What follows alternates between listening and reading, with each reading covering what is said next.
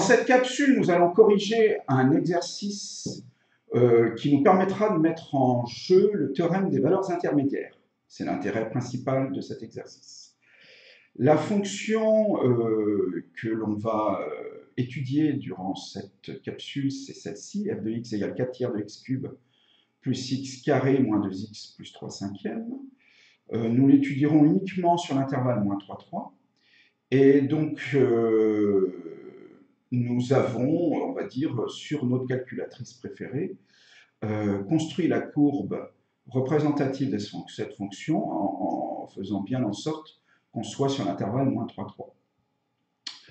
Alors voilà, ça donne cette courbe-là, et on nous demande dans un premier temps de conjecturer, on ne peut pas faire autrement, la lecture d'une courbe ne peut pas nous fournir des enseignements autres que des conjectures.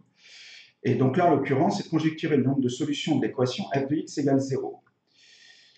Graphiquement, c'est donc d'observer l'intersection, le nombre d'intersections de la courbe avec l'axe des abscisses, la droite d'équation y égale 0.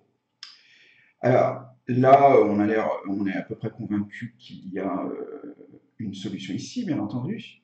Et là, bon, ça nous suggère que quand même, il doit y en avoir une deuxième, mais il pourrait se faire quand même que le minimum local à ce niveau-là soit sous l'axe des abscisses, et auquel cas il y aurait 3 solutions. Il pourrait se faire également, on y croit moins, mais bon, que le minimum local soit au-dessus de l'axe des abscisses, et auquel cas il n'y aurait que cette solution-là. Et puis si le minimum local est situé exactement sur l'axe des abscisses, alors il y a 2 solutions pile. Alors, bon, puisqu'il faut faire une conjecture, on va dire qu'on va conjecturer qu'il y a 2 solutions, et en espérant que ça va être confirmé par la suite. Donc la réponse à la première question, c'est on conjecture qu'il y a 2 solutions. Deuxièmement, petit a, justifier que f est continue sur moins 3, 3. Alors en fait, elle est continue sur R tout entier, mais cette fonction étant une fonction polynomiale, c'est un polynôme du 3e degré, tout polynôme est dérivable sur R, et donc continue. La fonction f est un polynôme, c'est donc une fonction dérivable sur moins 3, 3 en particulier, donc continue. La question petit b, étudier les variations de f sur moins 3, 3. Donc il faut, on va utiliser la méthode classique de calculer la dérivée et d'en chercher le signe. La dérivée de 4 tiers de x cube, c'est 4 tiers fois 3x carré, donc ça fera 4x carré. Dérivée de x carré 2x, dérivée de moins 2x moins 2. Et la dérivée de 3 cinquièmes, 0. Alors, bon, on va voir ce qui se passe quand même par écrit. Là, j'ai les réponses aux questions précédentes. Voilà, donc j'étais rendu au fait que f' de x était bien égal à 4x carré plus 2x moins 4. Alors, de 2 choses l'une, pour chercher le signe de cette dérivée, soit vous calculez le discriminant et que vous appliquez la règle du signe de ax carré plus bx plus c suivant le signe de delta, du discriminant, ou alors vous observez que moins 1 est une racine évidente de cette dérivée, parce que 4 fois moins au carré, ça fait 4, moins 2, ça fait bien 0. Ça veut dire que la seconde, puisque la première racine, la racine évidente que j'ai déterminée, c'est moins 1, la deuxième racine se détermine avec la formule qui donne le produit des 2 racines d'un trinôme du second degré, lorsqu'il y en a 2. C'est-à-dire C sur A. C sur A, ici, ça fait moins 2 sur 4, donc moins 1,5. Donc, moins 1 fois la deuxième racine, ça fait moins 1,5, c'est-à-dire que la seconde racine va être égale à 1,5. Ce qui me fournit les 2 racines, donc 1,5 et moins 1, d'où cette factorisation. Alors, il n'y a pas nécessité d'écrire la factorisation, parce qu'une fois que j'ai les 2 racines, qui sont moins 1 et 1,5, je peux établir le sens de variation de la fonction. Alors, dans un premier temps, le signe de la dérivée. Donc, c'est du signe de A, c'est-à-dire 4, à l'extérieur des racines. Donc, ça va être positif de moins 3 à moins 1 et de 1,5 à 3. Et donc, ça va être du signe contraire à l'intérieur.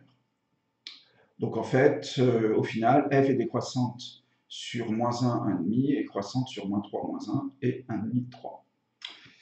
Alors, l'énoncé me demande, pour une toute dernière question, donner le nombre de solutions de l'équation f de x égale 0, alors cette fois-ci de manière rigoureuse, puis un encadrement de chacune d'entre elles. Alors, nous voilà là. Alors, comme l'image de 1,5, c'est 0,02. Alors, vous voyez là, elle croît. Alors, attendez. Elle décroît de moins 1 à 1,5 et elle croît de 1,5 à 3. Alors, vous avez vu, on avait discuté par rapport à cette courbe et je vous avais dit que, bon, je ne savais pas trop si le minimum local était en dessous de l'axe des abscisses, au-dessus ou sur l'axe des abscisses. J'avais imaginé, le scénario le plus vraisemblable pour moi, c'était que c'était dessus. Et en tout cas, j'avais écarté le fait que ça soit au-dessus, parce qu'on avait vraiment l'impression que cette courbe chevauchait, touchait à minima l'axe des abscisses, voire le traversait. Puis finalement, puisque l'image de 1,5, alors 1,5 c'est bien l'abscisse du point où il y a un changement de variation, donc c'est l'abscisse du minimum local. Puisque f de 1,5 est positif, le minimum local est au-dessus de l'axe des abscisses. Donc j'ai fait une mauvaise interprétation, une mauvaise conjecture, mais cette conjecture est quand même vraisemblable. Donc si vous vous questionnez sur le fait que un correcteur vous compterait bon ou pas, la réponse à cette question, c'est oui, il vous compte bon, parce que le dessin semble suggérer qu'il y a 2 solutions. Mais même 3, ça serait bon, même 3. Et même 1, bien entendu. Mais le dessin, le graphique suggère plutôt 2 ou 3, quand même. Donc l'équation f de x admet qu'une seule solution, finalement. Et donc par tâtonnement, vous essayez d'encadrer la solution, et ça vous donne, vous allez trouver que l'image de moins 1,76 est, alors on est dans un lieu où la fonction elle est croissante, on est ici, là, entre moins 3 et moins 1. Donc l'image de moins 1,76, ça va être négatif, et l'image de moins 1,75 positif. Donc la solution qu'on appelle alpha, qu'on appelle souvent alpha, on n'est pas obligé de l'appeler alpha, c'est si l'énoncé l'impose. Là, l'énoncé ne dit pas comment on doit appeler la racine, donc on l'appelle comme on veut, mais souvent on l'appelle alpha. Donc l'encadrement de cette solution, c'est unique, c'est moins 1, elle est comprise entre moins 1,76 et moins 1,75. Voilà, ceci achève la correction de cet exercice. Je vous remercie d'avoir suivi et je vous dis à très bientôt.